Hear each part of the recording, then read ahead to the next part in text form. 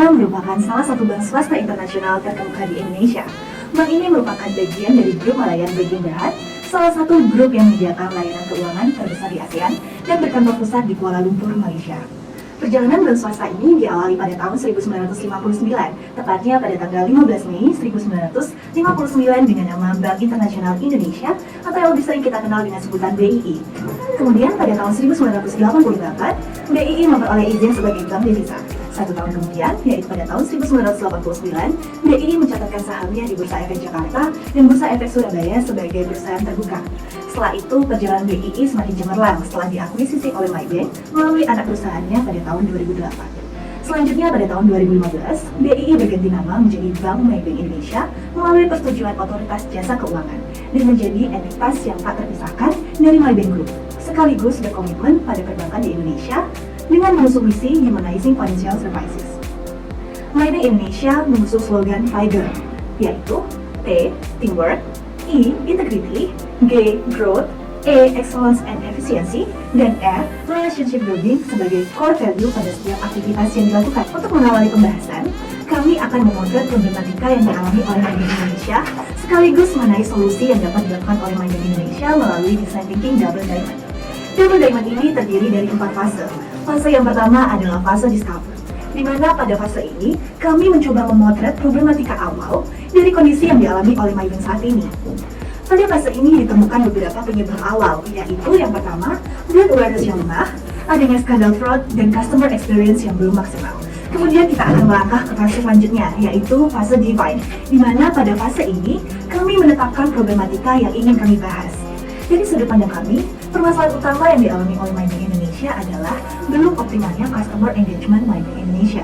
Hal ini pun sejalan dengan data yang dikeluarkan oleh Maybank melalui laporan keberlanjutan perusahaan tahun 2020. Selanjutnya adalah fase develop, di mana pada fase ini kami memberikan beberapa solusi yang mungkin dilakukan oleh Maybank Indonesia, yaitu yang pertama adalah meningkatkan kompetensi karyawan, membangun budaya sense of belonging, dan menerapkan layanan perbankan yang handal.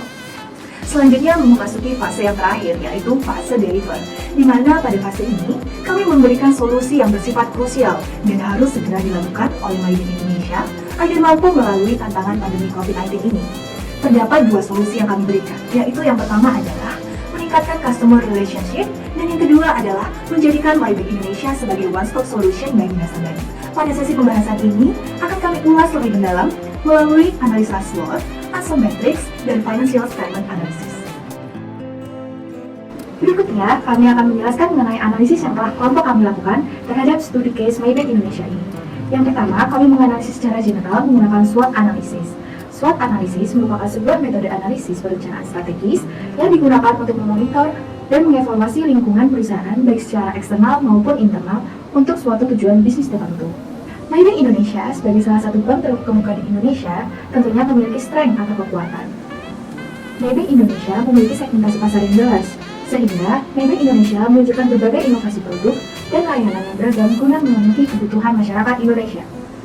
Selanjutnya, Maybank Indonesia memiliki jaringan perbankan internasional dan juga memiliki produk syariah yang dapat diandalkan. Selain memiliki kekuatan, Maybank Indonesia tentunya juga memiliki kelemahan. Salah satu kelemahan Maybank Indonesia adalah brand awareness-nya masih kalah dengan bank pesaing. Yang kedua, customer engagement masih mengalami stagnan dalam tahun 2019 ke 2020, yaitu sebesar 7,6. Data tersebut dapat diperoleh dan dapat kita lihat di laporan keberlanjutan Maybank Indonesia pada tahun 2020.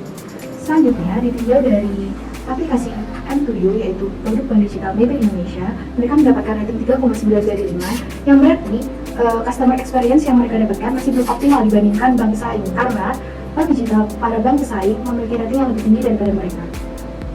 Selanjutnya, pemahaman yang terakhir adalah pada tahun 2020 terdapat kasus fraud yang dapat menyebabkan tingkat kepercayaan customer kepada bank Maybank Indonesia mengalami penurunan. Walaupun memiliki kekuatan dan kelemahan, Maybank Indonesia juga masih memiliki peluang untuk tetap berada di pasar perbankan di Indonesia. Maybank Indonesia dapat meningkatkan market share melalui layanan yang optimal sesuai dengan segmentasi pasar yang telah mereka temukan. Selanjutnya, Maybank Indonesia juga masih memiliki potensi layanan perbankan internasional melalui kerjasama dengan Maybank Group. Dan yang terakhir, Maybank Indonesia juga dapat melakukan penetrasi pasar melalui perbankan syariah di Indonesia. Selain memiliki peluang, tentunya Maybank Indonesia akan menghadapi berbagai tantangan untuk tetap bertahan di pasar perbankan Indonesia. Pesatnya perkembangan bank digital dan sarana pembiayaan lainnya tentunya akan memunculkan pesaing baru. Semakin banyaknya pesaing baru, tantangan berikutnya yaitu bank pesaing akan memiliki customer engagement, brand awareness, dan kualitas produk yang lebih baik daripada MyBank Indonesia. Maka dari itu, MyBank Indonesia harus berhati-hati dan harus segera berinovasi agar dia tetap bisa bertahan di pasar perbankan Indonesia. Selanjutnya, pada sektor marketing, kami akan menganalisis menggunakan Unsolved Metric Analysis. Pada market penetration, MyBank Indonesia diharapkan melakukan upaya pemasaran produk yang lebih intensif. Beberapa cara diantaranya adalah MyBank Indonesia meningkatkan kepemilikan produk dengan program bundling di seluruh produk transaction banking, global market, dan CFS. MyBank Indonesia diharapkan melakukan kolaborasi dengan MyBank Group agar memiliki jaringan internasional, memperbesar perdagangan dan bisnis available for sales, dan mengelola pertumbuhan biaya senantiasa selaras dengan pertumbuhan pendapatan bank. Dan yang terakhir, fokus meningkatkan pendanaan murah atau MASA. Pada market development, MyBank Indonesia diharapkan lebih fokus pada nasabah baru dalam memperkenalkan produknya dan menetapkan risiko bersama dengan pricing and analytics untuk berfokus pada sektor atau industri tertentu. Pada product development, MyBank Indonesia diharapkan menerapkan transformasi transaction banking, penyelarasan pada risk appetite untuk meraih deal secara regional dan mengoptimalkan digital perbankan. Yang terakhir, pada diversification, MyBank Indonesia diharapkan menumbuhkan pangsa pasar e-wallet.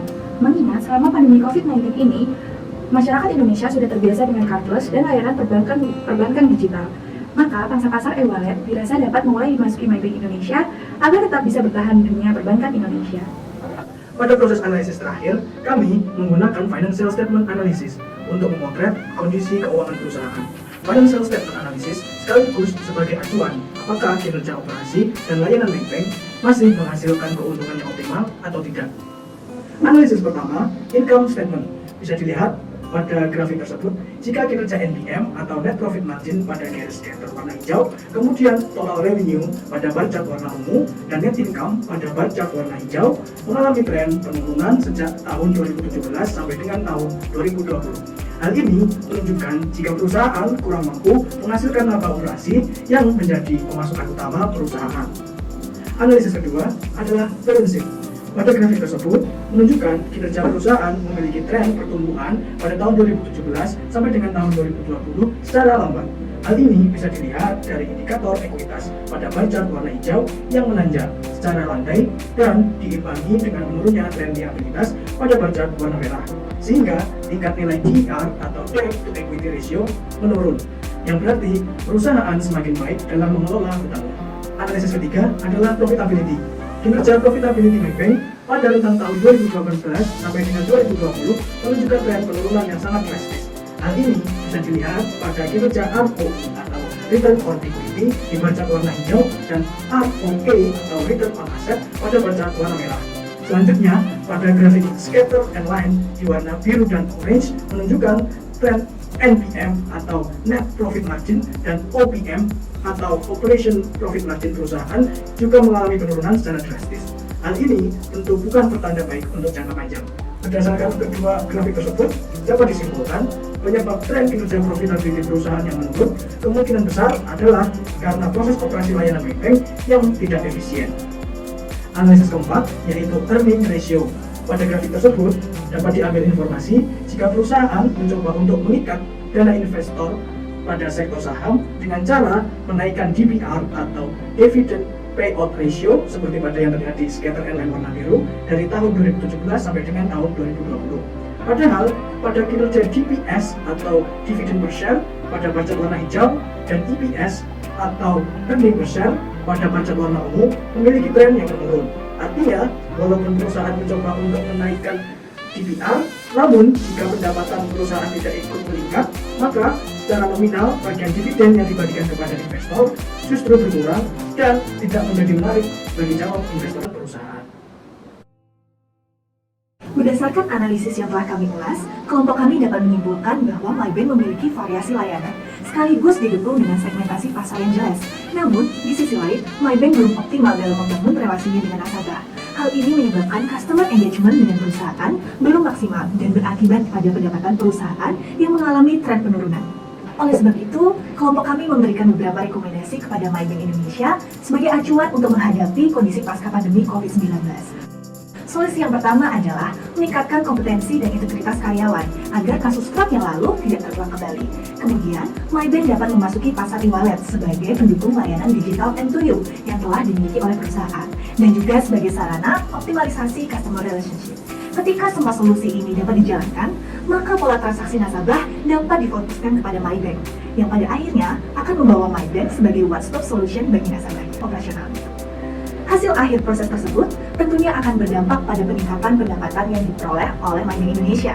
Hal ini dikarenakan semakin banyaknya transaksi yang dilakukan oleh nasabah melalui layanan MyBank Indonesia, maka semakin banyak pula fee base yang akan diterima oleh MyBank Indonesia. Sekian pemaparan dari kami, kelompok Richard Samira.